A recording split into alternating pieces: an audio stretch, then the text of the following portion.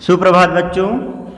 आज संस्कृत में है ना गीता गंगोदकम, गीता गंगा रूपी जल, इस चैप्टर से है ना आप लोग पढ़ोगे श्लोक नंबर 8 और 9। ठीक है बच्चों, इससे प्रीवियस वीडियो में आप लोग है ना जो 1 से लेकर के 7 श्लोक तक का जो है ट्रांसलेशन पढ़े हो, जाने हो, है ना कि कैसे जो है क्या इस श्लोक का अर्थ है और क्या कहना चाह रहे हैं। तो गीता, जैसे कि मैंने पहले ही आप लोगों को बताया हूँ, है ना क्या कि बच्चों गीता जो ज्ञान है वे हम सबके लिए है नहीं बहुत ही अनिवार्य है, बहुत ही जरूरी है।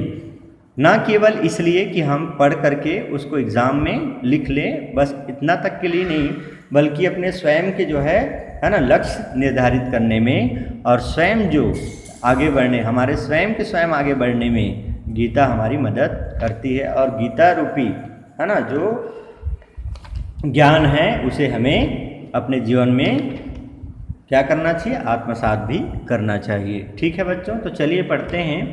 न ही ज्ञानेन सदृशम पवित्रमीह विद्यते तत्स्वयं योग संसिद्धम कालेनात्मनि विन्दति। इसका तात्पर्य क्या है बच्चों? न ही ज्ञानेन सदृशम, भगवान श्री कृष्ण कह रहे हैं क्या कि है ना इस संसार में सदृशम पवित्रमीह विद्यते, न ही ज्ञानेन सदृशम। सदृशम मीन्स क्या होता है? समान होता है। न ही ज्ञानेन सदृशम, तो कहने का तात्पर्य क्या है? भगवान क्या कह रहे हैं कि ज्ञान के समान पवित्र करने, काले पवित्र मीह विद्यते, पवित्र करने वाला है ना इस संसार में ज्ञान के समान पवित्र करने वाला निसंदेह कुछ भी नहीं है, निसंदेह कुछ भी नहीं है। तत्स्वयं योग संसिद्ध कालेनात्मनि विन्दति, उस ज्ञान को कितने ही काल से, तत्स्वयं योग संसिद्धम, उस ज्ञान को कितने ही काल से कर्म योग के द्वारा शुद्धांतःकरण हुआ। किसके द्वारा? कर्म योग के द्वारा। यहाँ पर समझना है बच्चों कि कर्म योग क्या है। ठीक है, कर्म योग क्या है? जो हम कर्म करते हैं है ना अच्छाई के लिए, और जो हम, जैसे आप लोगों का क्या है, विद्यार्थी हो, आप लोग विद्यार्जन कर रहे हो, योग ये क्या है? यही तो कर्म योग है ना। अपनी कर्म से ऐसी सफलता हासिल करना, ऐसी सफल जीवन व्यतीत करना जिसमें आपके गुरुजन, आपके पेरेंट्स और आपकी जो कुल सब जिसमें नाश करे, सब जिसमें जो है आपको क्या करे, प्रशंसा के पात्र बने आप जिस ज्ञान को पा करके। ऐसा जो ज्ञान है वह क्या है? उसके लिए क्या करना पड़ता है? यत्न करना पड़ता है। क्या करना पड़ता है? यत्न। यत्न मीन्स प्रयास करना पड़ता है। और कैसा प्रयास करना पड़ता है?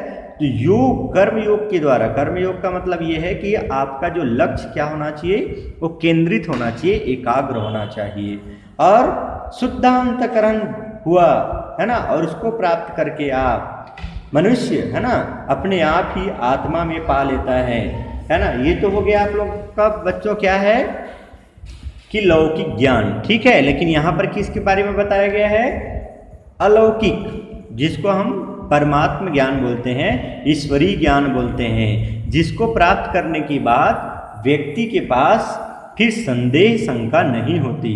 वह व्यक्ति जो है शांति को प्राप्त कर लेता है और परम शांति को प्राप्त कर लेते हैं, जिसको दुख इस संसार में व्याप्त नहीं होते, है ना। जैसे अनेक महापुरुष हुए हैं जिस व्यक्ति की गाथा हम लोग पढ़ते हैं, है ना, जैसे स्वामी विवेकानंद हैं और अनेक महापुरुष हैं जो है ना ज्ञान अवस्था में रह करके दूसरों का जीवन क्या करते हैं, मार्ग प्रशस्त करते हैं दूसरों के जीवन में, और हमेशा लोगों को अंधकार से प्रकाश की ओर जाने के लिए है ना प्रेरित करते हैं। ठीक है, और हमेशा दूसरों को क्या करते हैं, दूसरों की मदद करते हैं, और साथ ही साथ है ना वह कभी भी किसी दूसरे को नुकसान पहुंचाने का प्रयास नहीं करते।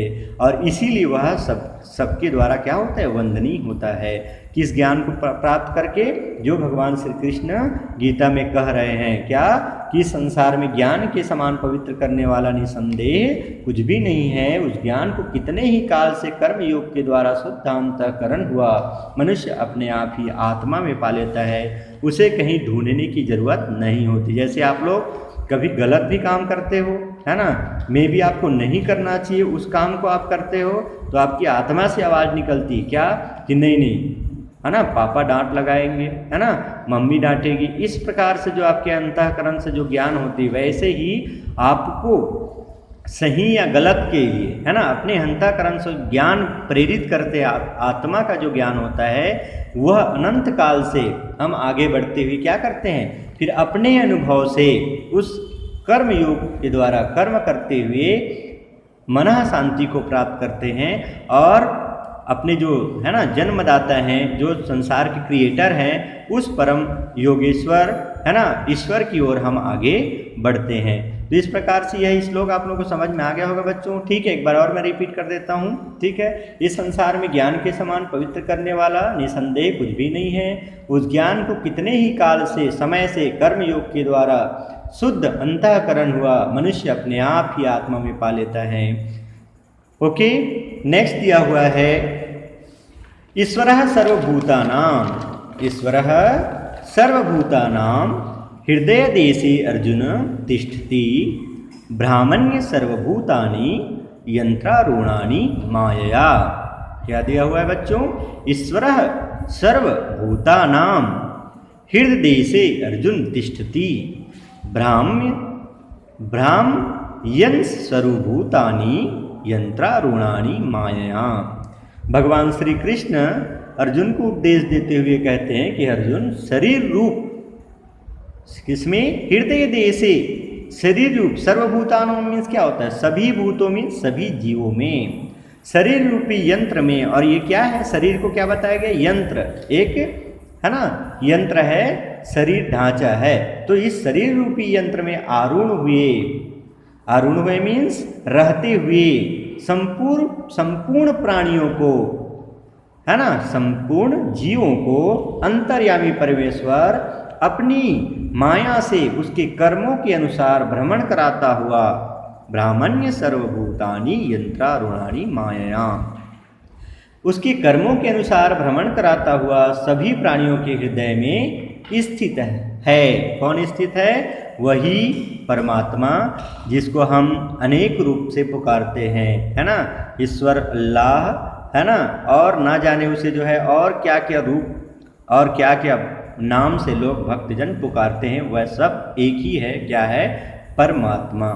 वह ईश्वर क्या करते हैं, हम सबके हृदय में विराजमान रहते हैं और हमारे कर्मों के अनुसार ही हमें भ्रमण कराते हुए हमें फल प्रदान करते हैं। इसीलिए, है ना, हमारे क्या होते हैं, बड़े जो बुजुर्ग होते हैं वे कहते हैं कि अच्छे कर्म करो, अच्छे कर्म करने से भगवान एक न एक दिन जरूर अच्छा फल देते हैं, है ना। और फिर ईश्वर सर्वत्र अस्ति, आप लोगों को पता है कि ईश्वर क्या है, सभी जगह है। ईश्वर कण कण में है और वे सब कुछ देख रहे हैं, हमको वॉच कर रहे हैं।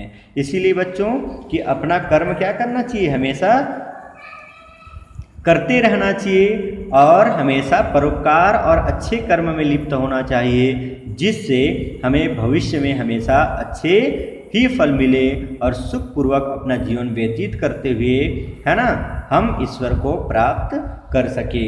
ठीक है बच्चों, तो ये तो है आप लोगों के लिए गीता का श्लोक, है ना।